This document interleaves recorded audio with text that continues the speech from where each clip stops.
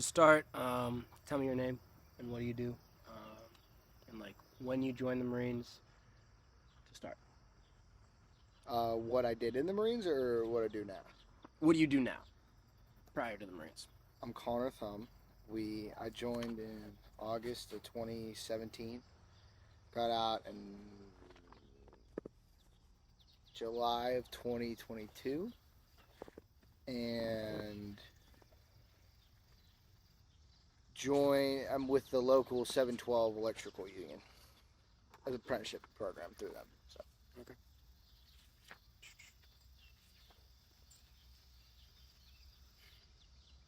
Growing up, what were the characteristics or behaviors that were displayed by the men in your life? Damn, maybe I should have read the questions. Well, my dad, he pulled from early 2000s to about 2015. He pulled 100-hour work weeks every week. What do you do? He's a welder. Okay. So, there wasn't any. I'm trying to think how to word this. There wasn't any other thought in my head considered or correlating with work other than just working hard and putting in the hours, kind of thing. Mm-hmm. And then he was really not the only role model. He was definitely the biggest one, I would say. What drew you to wanting to join the Marines? What was your first interaction where you saw the Marines? I was going to join the Army. And my buddy, one of my best friends, Damon, convinced me to join the Marines, actually. And originally it's because I didn't have any other plan. Okay. So it wasn't great at school or anything and just... No, but then once I committed, I'm not committed, this isn't college, but once I went to MEPS and signed, you can just ask Maddie, I just crashed in school, I didn't care. I still passed. I was pretty proficient at cheating, so, school was very easy. That's fair. All right, can you give me an overview of your career? Billets, jobs, etc. Boot camp. I guess we'll break it down even more. Boot camp, what was it called? A stanchion recruit? I hid behind a pillar the entire time, so it was great. I didn't have to do it. Behind a pillow? Pillar. Oh. The entire time. So I never got saw at all. Even though I was a bigger guy, I just never. So it was super easy. And and besides obviously being away from Maddie and my family and everything, boot camp was fun for me. I don't know, man. We really made the best of it. Those guys, I still talk to some of them. I still, and that's, boot camp wasn't too bad. It's IBTB, and those same group of guys, it was just because they're all from Pennsylvania, or Western Pennsylvania kind of thing. They were all going to be 11s. And then I got picked out to be a 31. I was like, oh, God. I don't want to be that. Ended up being the greatest decision for me, but I didn't want to at the time. Wasn't very good on the guns very early, too. And that's why also I just, this and ass was, so important to me. Just, going as hard as I can. But that was, that started out super bad, and then I just kept working at it and got better, essentially, kind of thing. And then went to 29 Palms, February 2nd, 2018.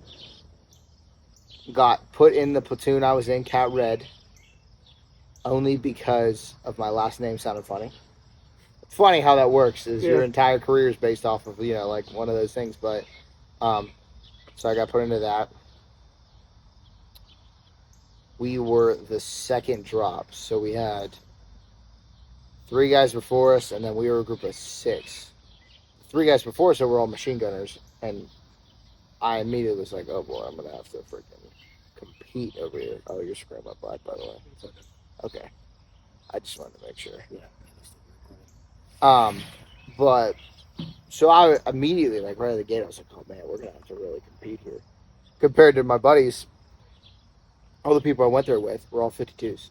Well, I went there with one of the machine gun who was in cavalry, so it didn't matter. But so they were all 52s, and then I went in there as the only machine gunners. I was like, crap, I really have to earn my stuff.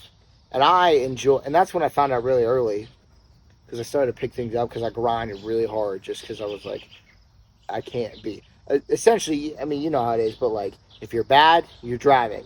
If you're good, you're gunning, kind of thing. And I obviously wanted to be the gunner, so just over and over and over again, just practicing, studying, and showing everything I could.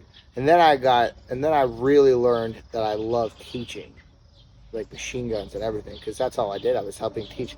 All my boys were anti-tank missilemen, so like teaching them, and like even Trev in general. Like my goal was to teach him. Like that was my task from seniors or whatever. So, and in CAT, how it goes is the 52s need to learn machine guns also, because they'll usually be on the machine gun, even though it's not their MLS. Exactly, yeah, and or just you're right, because at any time you never know, kind of thing.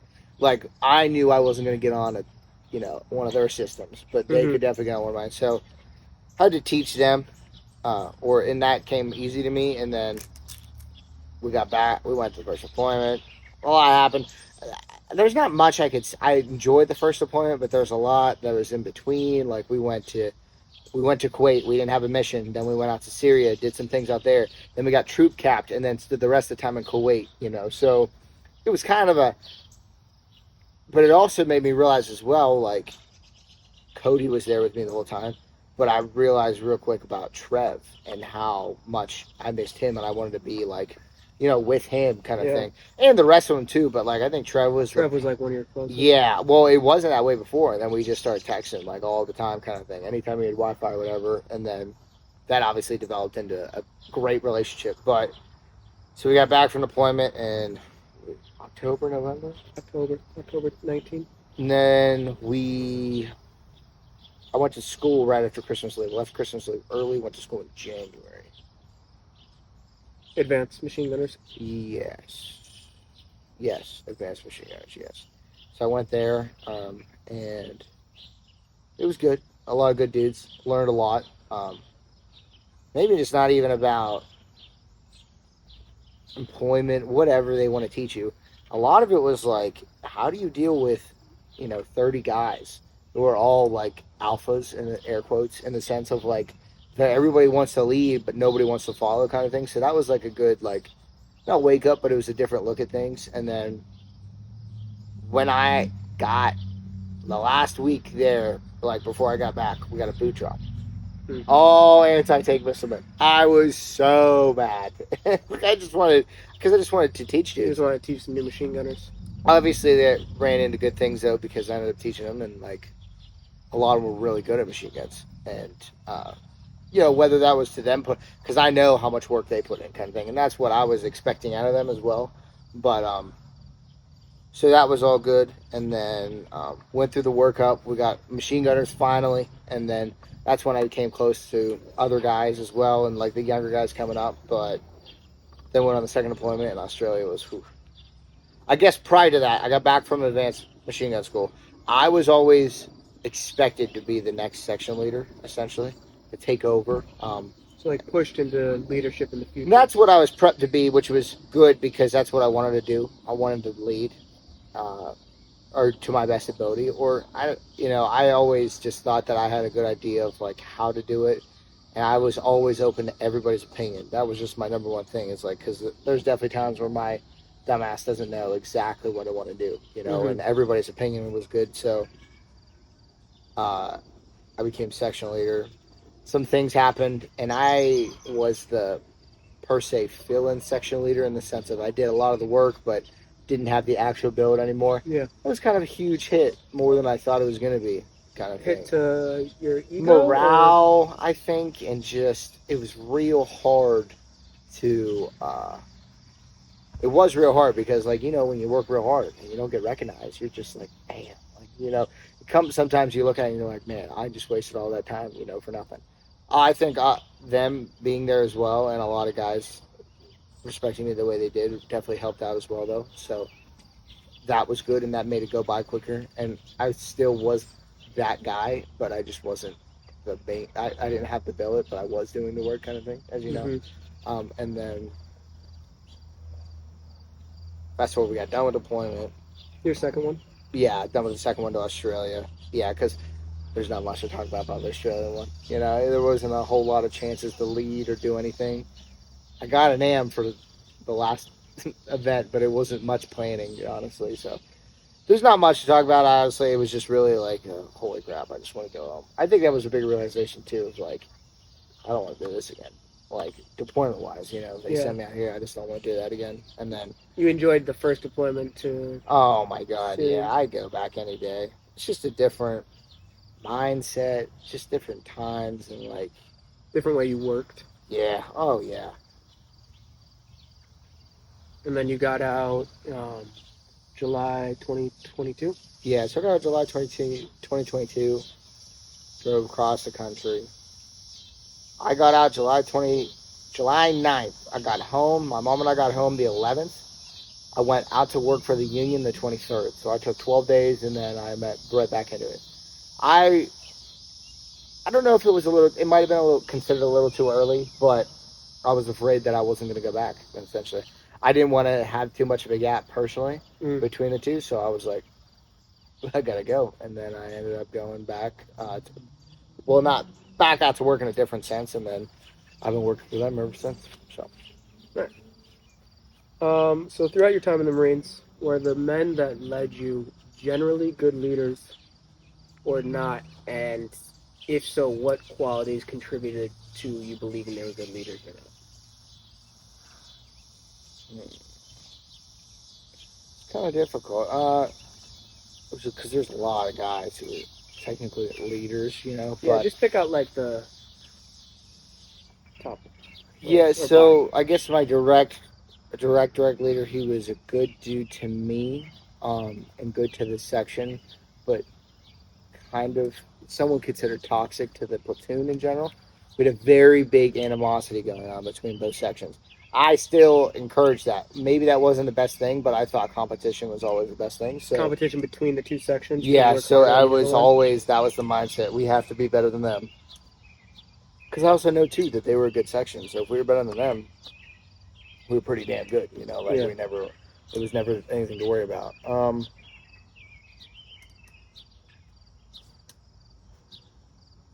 I will say actually, our company commander, our second deployment, phenomenal. That's the one guy that myself and Trev, we learned a lot off of. How he talks to people. It didn't matter what rank or anything, and communication. Like that was something to really take away from that I didn't expect to, happen really. I guess like he really, like, we played a basketball tournament with him. We got, we were close to him, as close as we could be, kind of thing. He knew about our personal lives a little bit. We had a good relationship. Not that it was unprofessional, because it was very professional, but it was a very good relationship, and it was a very different side of things as well, in the sense of like, oh, you can be professional, but you can also be very close as well, kind of thing. Yeah. So that was a good one. We had a phenomenal section leader the first deployment as well. Not that, I think, I will always say this, I think he was a much better section leader than I ever was, because he was just smart. He came from you guys. Collins. That's our Collins? Yeah. Yeah. Dude's just rock solid, man. Yeah, It was like, a beast. holy smokes. That was the other thing too. Yeah, I was definitely nervous in that sense. I was like, dude, I don't know how I even come close to this guy. Because this guy, just rock solid, dude. He knew everything, it seemed like, and top of the PT gang. But he also was very good at, a good relationship. And he treated people as he wanted to be treated. And so that was always like a good kicker for me, kind of thing. Yeah. Can you pick out like a story or time when you witnessed one of your leaders like be an exceptional leader? They did something that you were just like, oh shit, and kind of explain like how that impacted your mentality towards leadership, and like maybe changed your view or reinforced in a view of how a leader should act.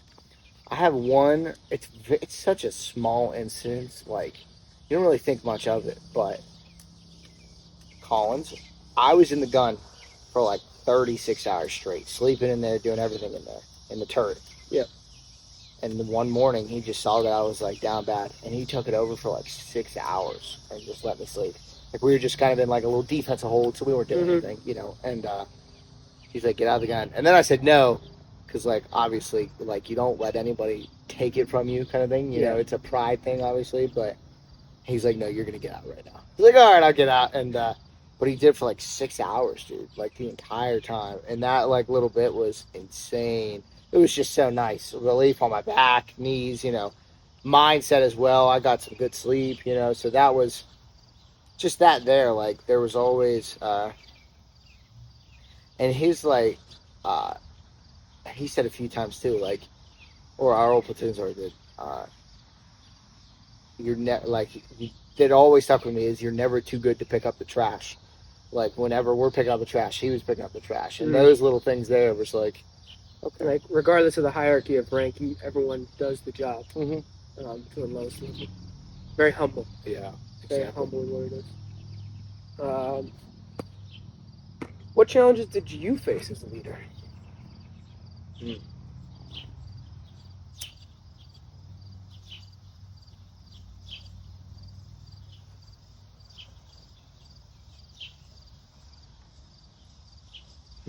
What challenges did I face as a leader?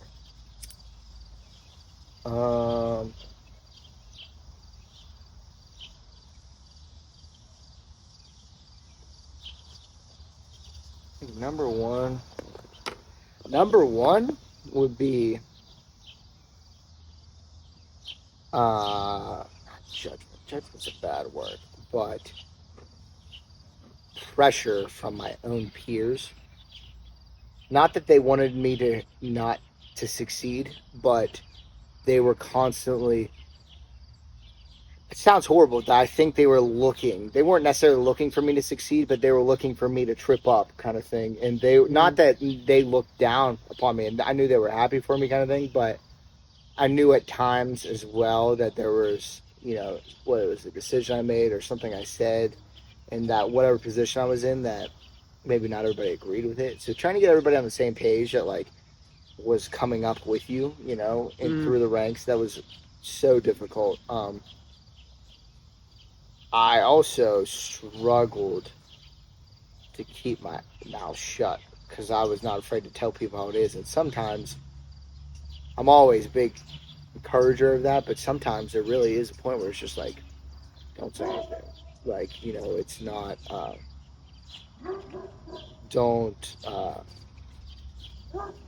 think I got a word. It's not like even putting your own foot in your mouth, but just like, even the way I said things to people, kind of thing, instead of like just saying what was on my mind, just should let something develop, you know, kind of thing. Yeah. That was part of the, like, obviously there was a lot of training and stuff like that where like I wasn't nobody's ever 100% confident, you know, in what they're doing, but like could have been, you know, I wasn't all 100% confident, and so I was like, oh boy, like I wonder, you know, wonder if this is the right thing. The self-doubt is probably the biggest thing, you know, that was a huge. But that also helped, like, as I help people, I guess they help me in the sense of maybe I'll start with the plan, but then people will put in their 2 cents. People put in their 2 cents, and then we come up with a slightly different plan or a completely different plan. All together, you know, we come up with a different consensus, you know. So that was a hard thing for me to swallow at first, but then it became much easier, you know, as well. And also, having the heart to tell people that's a stupid plan. That's not going to work, you know. And doing it in a way that you're not just like attacking, or they feel that you're being attacked. Exactly. All right, kind of taking a step away from leadership for a moment. How do you perceive vulnerability, and how does it relate to strength? Wow.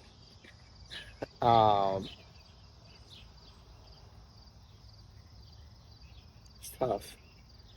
I think one of the top things of like vulnerability wise is like, I used to think, obviously, and I think everybody, you grow up in the sense of like, it is very bad to be vulnerable, kind of thing. But the more that, and I think you would agree with this too, the more that you are, you know, to a certain extent, there's a time and place. I feel like that you can be vulnerable and it'll,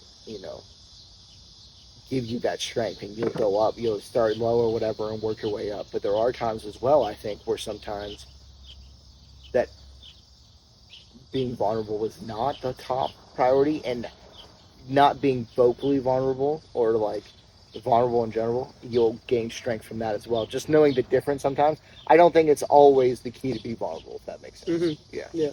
But what like scenarios or situations do you think it's a positive thing to be vulnerable? And how can that make you stronger? I mean, even in our marriage too, like you hate to admit like whether you're wrong or whatever, or just even when you have this great idea and it doesn't work out or whatever, there's always those things where it's hard to admit, or if you're feeling a certain way about a certain topic, or like getting home from work, we both work long hours, hour drive home, like opening up and just be like, man, it was a shitty day. I'm going to wake up, I'm going to walk you through my day, you walk me through yours, kind of thing. Even that little step there is huge, Mm-hmm. and just opening up, and you can both get something off your chest and then feel much better for it. Letting someone see like your day through your eyes, like your pain, your frustrations, to be able to like share the weight. Oh yeah. Do you think that resilience looks different for a leader versus the one that's being led? Not really. Not really. In like a weird sense. I guess it'll look different because the tasking might be different and like your responsibilities might be different. But in the same sense, in the same sense of, resilience or like, trying to think of the word, any kind of like opposition, we'll say opposition is probably a good word. Any kind of that against you is the same no matter what kind of thing. Like, there's levels to it, where this could be, in the sense of, the Marine Corps, like somebody, you have to have the resilience to be like, this is what I want to do. We have to push through this. Let's just say theoretically, you have to have the resilience to be like, we're in a pinned down situation. We have to get through here. Now, the guy below you has the resilience to, I just carried, in your guys' sense, I just carried 500 rounds, 2 miles. Now you need me to pick up and move another mile. Like, it's unbelievable. So, like, it's different in the sense of, like, responsibility wise, in the level, different levels itself. But when it comes to its basic form, I think it is all the same. Yeah. The drive to like keep pushing yourself, like the external reason that you're pushing yourself changes, but the reason within to keep going is kind of stays Exactly. the same. Yeah. It might have to increase, or and there's different kinds of resilience as well. Like, just with like, I'm resilient in the morning. I woke up and went to the gym, and I was super, I wanted to do this, or like there's that some sort of opposition, and then you have to do that kind of thing. So. Yeah.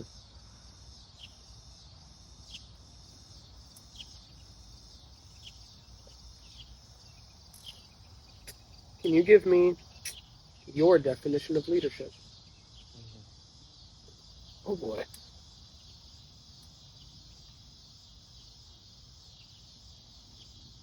I would say somebody who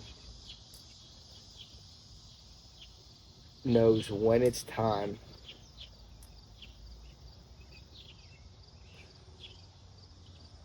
someone who's good at making that final decision, or someone who's good at making the final call. I'm trying to think how to say this. You, again, we'll use the Marine Corps because we both have that experience. You're in that situation sometimes where somebody suggests something and it's a great idea or it's a really poor idea.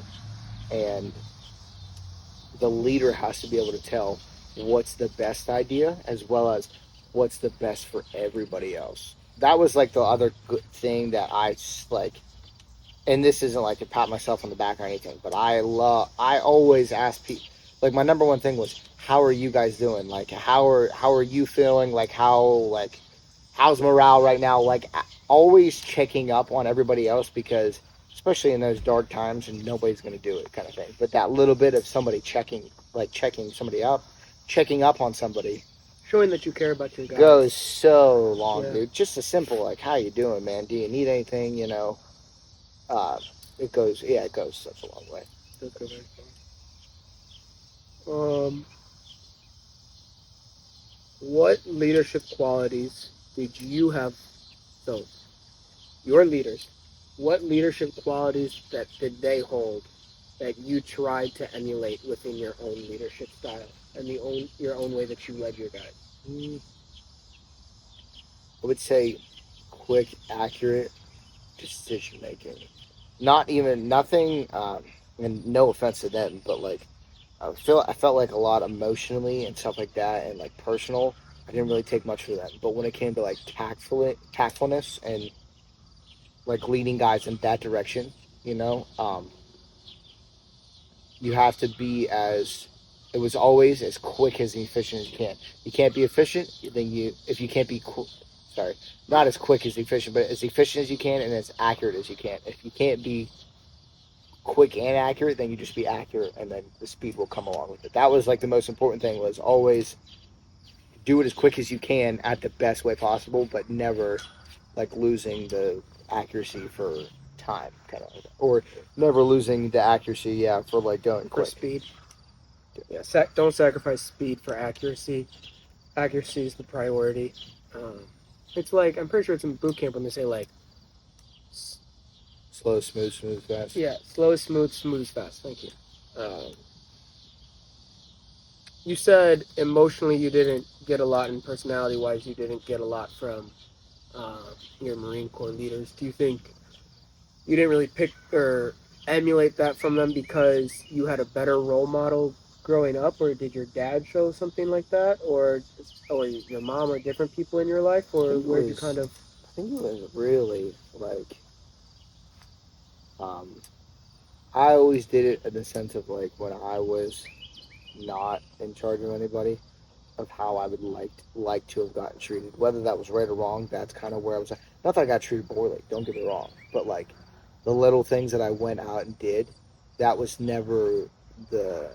I never had that. My goal was to be close with the dudes underneath me to a certain level, to actually Mm-hmm. a pretty close. I mean, long time there, we had all the guys, the newer guys, over the house. You know, we watched football together. We cooked for them almost every week. We went through 50 eggs, pounds of bacon, whatever, just to feed people and gather people, kind of thing. And so that, you know, I don't think I had anybody directly who did that. A little bit with my dad. My dad, I know, growing up, his mom always had Sunday dinner every single time. We didn't even do it when when I was growing up, but he has told me about it, and I love the idea and just bringing people together and talking, just sitting in the same room. You Mm-hmm. don't even have to say a thing. So,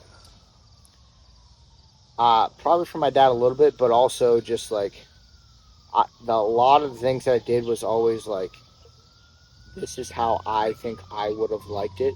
Whether this is right or wrong, that's kind of like what I base a lot of things off of, I would say.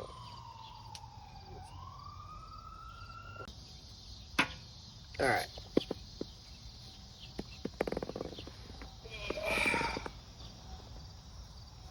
What's your definition of honor?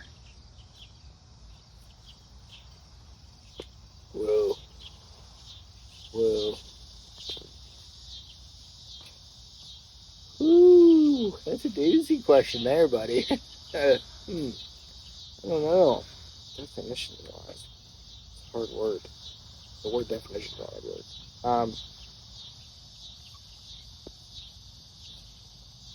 You know what I always like? Everybody always says, doing the right thing when it's hard. I don't know if that's the definition of honor. I don't think that's true necessarily. It's not, because it's not about doing the right thing. It's about doing, um, I guess the right thing is a hard thing to describe, if that makes sense.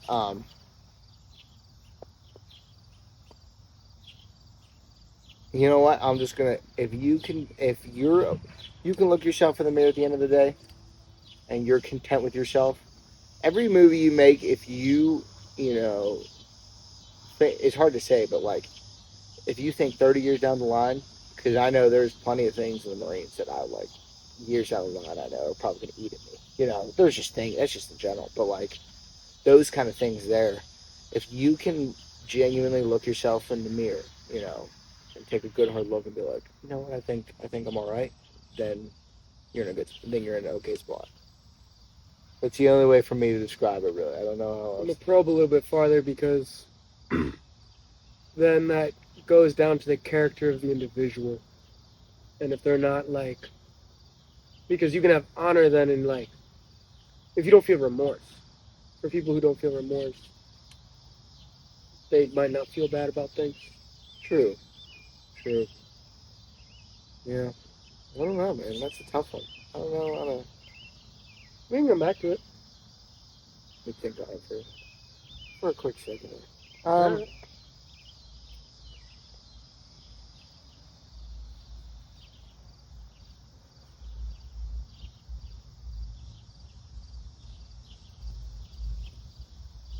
I would say whenever, I don't know why this is the only thing that pops up into me though, is like the definition of honor would be if the decision that you're making or whatever you're doing encourages or uplifts others.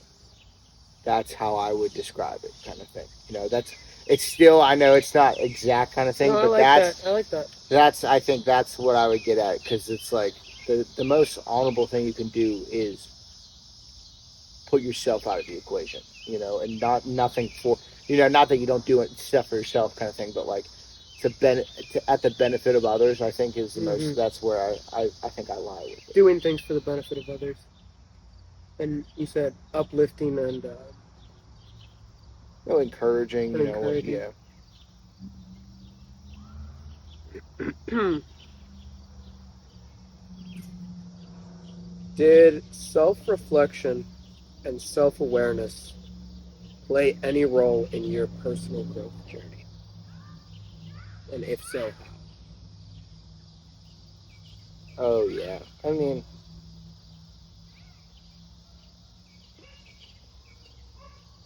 you know, it kind of goes back to what we were just talking about, like with the whole, uh, you know, like honor thing in the sense of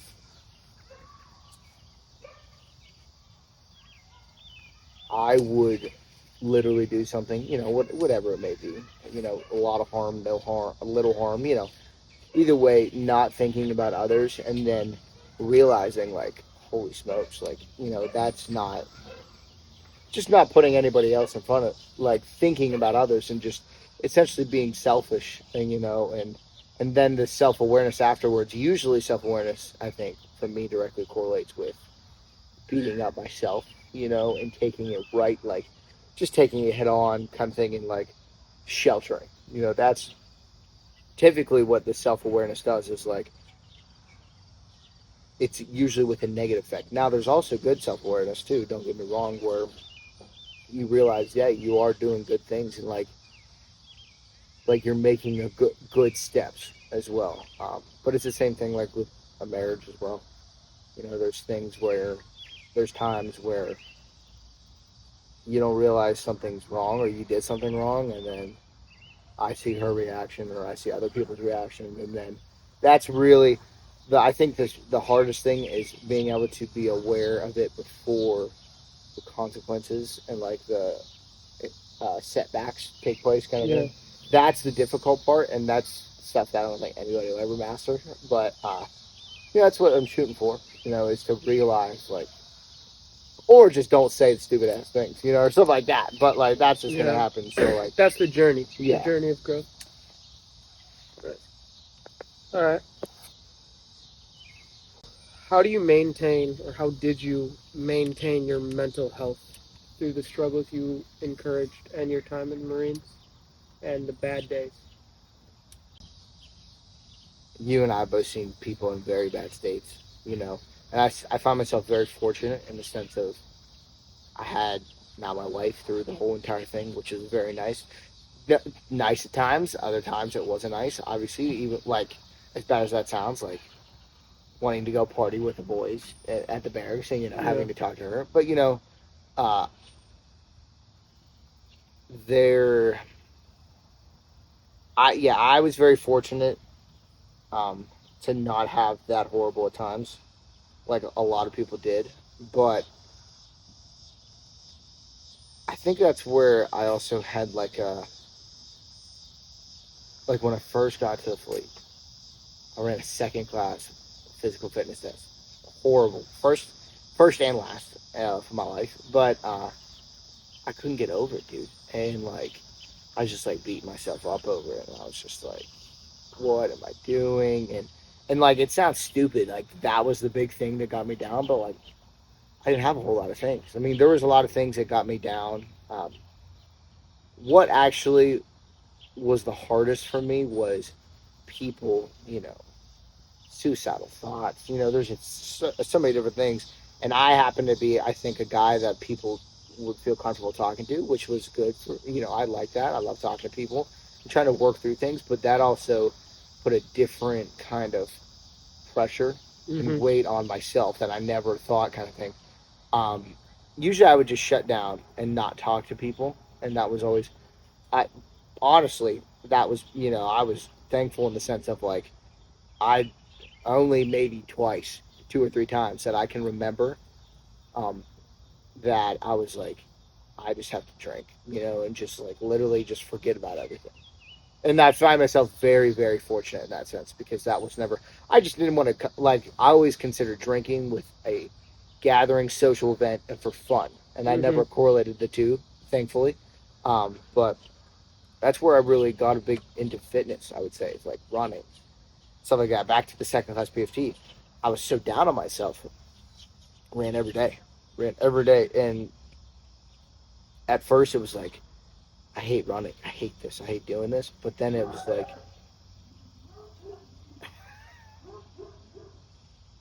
uh, like I didn't like doing it, but then I started to fall in love with it. And I could see changes in my running, enjoying it, my body, everything like that. And that, that little bit encouraged me, uh, help encourage uh, like self encourage and just keep going kind of thing. But yeah, I will say compared to a lot of people, I was very lucky in the sense of I didn't go to drugs or alcohol. I was more of a just shut down and be quiet. Not that that's any better in the sense because that could actually be worse in a lot of ways, Yeah. as we know. Isolation.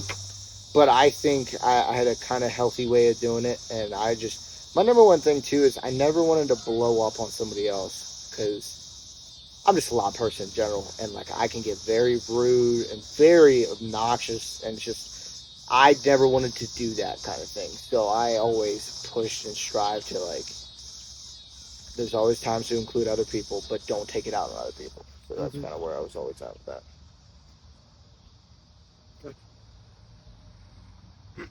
You kind of hit on this, but you said you kind of like would shut down and then push yourself. The question is, how do you come back from having a really bad day? Um, and you kind of spoke a little bit to like what you used to do that was like more unhealthy, but like you've grown a lot Mm-hmm. since then. Now, what do you do that you find is more on the healthier side of action? I think it all, for me, I'm very lucky because I have Maddie, so I can just, if I'm like really bad, like, and I just like, oh, the day was horrible kind of thing, And there's a lot of days where we're both like, man, I have, I have about no love to give, and I don't care at all right now, and I just want the day to be over with. But a lot of the times it helps having her there as well, and I have a really good group of friends that we made it all the way through the Marines. Every time I was home, we saw each other. We're really close now still. We probably see him at least once a week, and that helped as well. But that's where, you can go all the way back to like being vulnerable and opening up to people in that sense kind of thing. Because, isolation, closing yourself off when you're in those kind of thoughts, it's never a good thing, Mm-hmm. at all. There's definitely times where I do think like isolation, like I said, when I'm really angry, um, I don't think talking really helps me actually. Most of the time it's just like kind of going off on myself, as long as there's no self harm or anything like that, and I'm not hurting myself or anybody, and just kind of like cooling down that way. That's how Mm-hmm. I like isolation. But um, yeah, that to go back to the original question, it was always like, okay, I had a bad day. It happens. Um, don't try and reflect on it too much. And my number one thing, and we both talked about this, is never bring. It was hard in the Marines, and it's still hard to this day. But my big thing is never bring work home. If you can, never bring work home. You have two different lives, uh, and like you chose to be where you're at in this life. You didn't. You chose to work as well, but the work's not going to be a forever thing. So, One of the last written questions, or the last written question.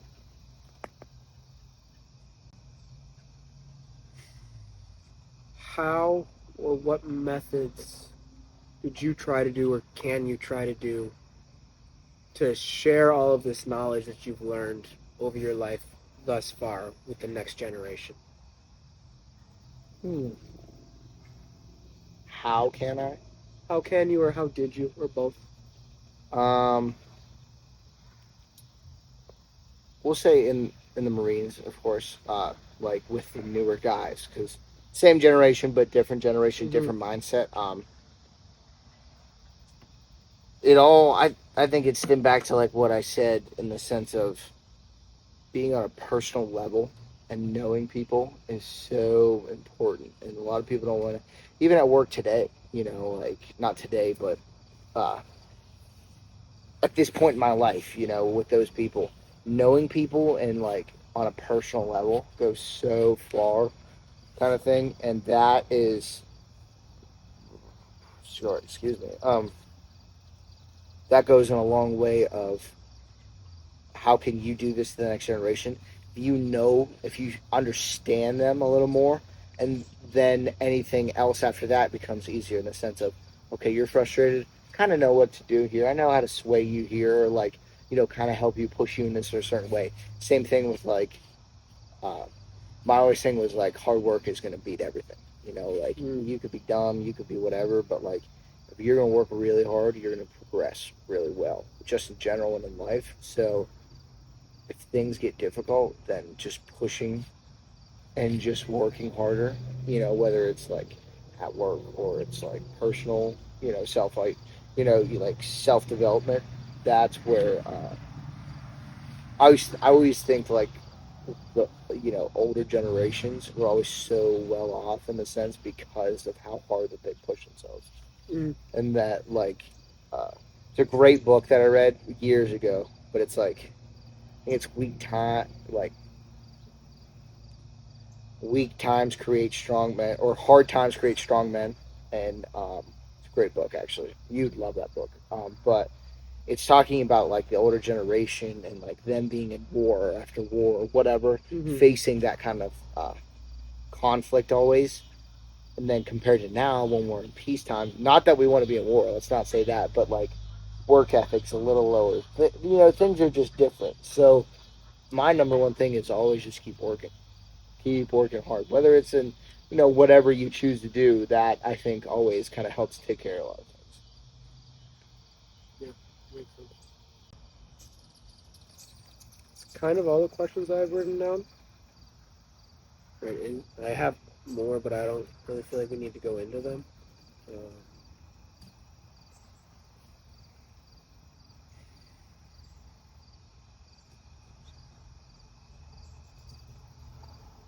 Really, the main goal of this project for me is